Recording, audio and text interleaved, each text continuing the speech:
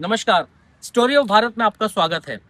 भारत के इतिहास में कई ऐसे महान व्यक्तित्व हुए हैं जिन्होंने न सिर्फ देश की आजादी की लड़ाई लड़ी, बल्कि अपने दृढ़ संकल्प और नेतृत्व से पूरे देश की और पूरे इतिहास की दिशा ही बदल दी। ऐसे एक महान व्यक्तित्व थे सरदार वल्लभ भाई पटेल, जिन्हें हम सरदार पटेल के नाम से भी जानते हैं और भारत के लौह पुरुष के नाम से भी जानते हैं। क्या आपने कभी सोचा है कि सरदार पटेल को हम सरदार क्यों कहते हैं? वो कौन सा आंदोलन था जिसने एक किसान नेता को पूरे देश का सरदार बना दिया? आज के इस एपिसोड में हम इसी सवाल का जवाब तलाशेंगे।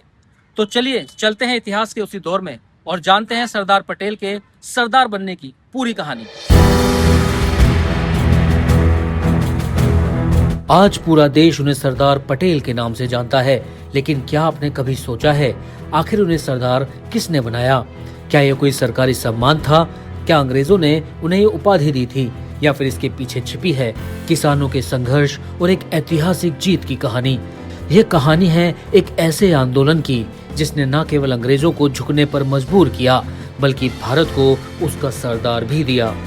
सादर अभिवादन, मैं हूँ दिनेश चौहान और आप देख रहे हैं स्टोरी ऑफ भारत। अगर आज हम वल्लभ भाई पटेल का नाम लेते हैं तो उसके साथ अपने आप एक शब्द जुड़ जाता है, सरदार। बहुत से लोगों को लगता है कि शायद उनका नाम ही सरदार वल्लभ भाई पटेल था, लेकिन सच्चाई यह है कि उनका जन्म 31 अक्टूबर 1875 को गुजरात के नाडियाड में वल्लभ भाई झावेर भाई पटेल के रूप में हुआ था।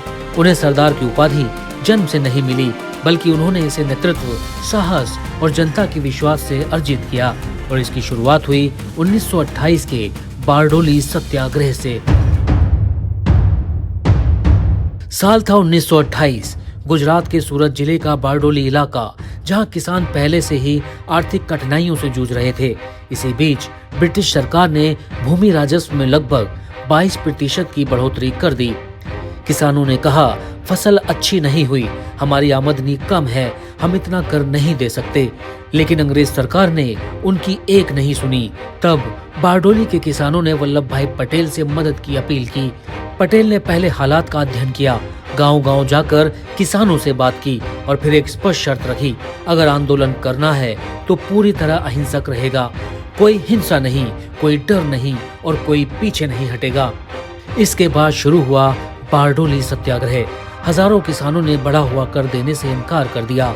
अंग्रेज सरकार ने दबाव बनाने के लिए जमीनें जब्त करनी शुरू की, पशु छीन लिए, नीलामी की धमकी दी, लेकिन किसानों का हौसला नहीं टूटा।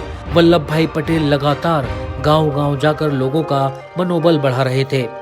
उन्होंने हर निर्णय बेहद अनुशासन और रणनीति के साथ लिया। उनकी यही संगठन क्षमता इस आंदोलन की सबसे बड़ी ताकत बन गई। आखिरकार ब्रिटिश सरकार को झुकना पड़ा, जांच कराई गई और बढ़ाया गया भूमि कर वापस ले लिया गया। ये सिर्फ किसानों की जीत नहीं थी, यह अहिंसक जनशक्ति की ऐतिहासिक विजय थी। यहीं से जन्म हुआ एक ऐसे नाम का जो हमेशा के लिए इतिहास में दर्ज हो गया। बारडोली की महिलाओं ने वल्लभ भाई पटेल के नेतृत्व और साहस से प्रभावित होकर उन्हें सम्मानपूर्वक सरदार कहना शुरू किया। सरदार यानी सबका नेता, सबसे आगे रहने वाला। धीरे धीरे पूरा देश उन्हें इसी नाम से पुकारने लगा और फिर वल्लभ भाई पटेल हमेशा के लिए सरदार पटेल बन गए। बारडोली सत्याग्रह सिर्फ एक कर विरोध आंदोलन नहीं था, यही वह घटना थी जिसने देश को एक ऐसा नेता दिया जो आगे चलकर 562 रियासतों को एक भारत में जोड़ने वाला लौह पुरुष बना। इसलिए जब भी हम सरदार पटेल का नाम लेते हैं तो याद रखिए, ये कोई उपाधि नहीं थी, ये करोड़ों भारतीयों के विश्वास, सम्मान और प्रेम का प्रतीक थी, और यही सम्मान उन्हें सबसे पहले बारडोली की महिलाओं ने दिया था। इतिहास में कई ऐसे फैक्ट्स हैं जो किताबों में तो लिखे हैं, लेकिन आम लोगों तक नहीं पहुंचते। भारत के इतिहास से जुड़े ऐसे ही प्रमाणित लेकिन कम चर्चा में रहने वाले किस्से अगर आपको पसंद हैं तो वीडियो को लाइक करें, कमेंट करें और शेयर करें। और हाँ, चैनल को सब्सक्राइब करना बिल्कुल ना भूलें। और आप देखते रहिए KCN की नई पेशकश स्टोरी ऑफ भारत। अगले एपिसोड में हम देखेंगे आजादी के बाद भारत की सबसे बड़ी चुनौती, 562 रियासतों का भारत में विलय।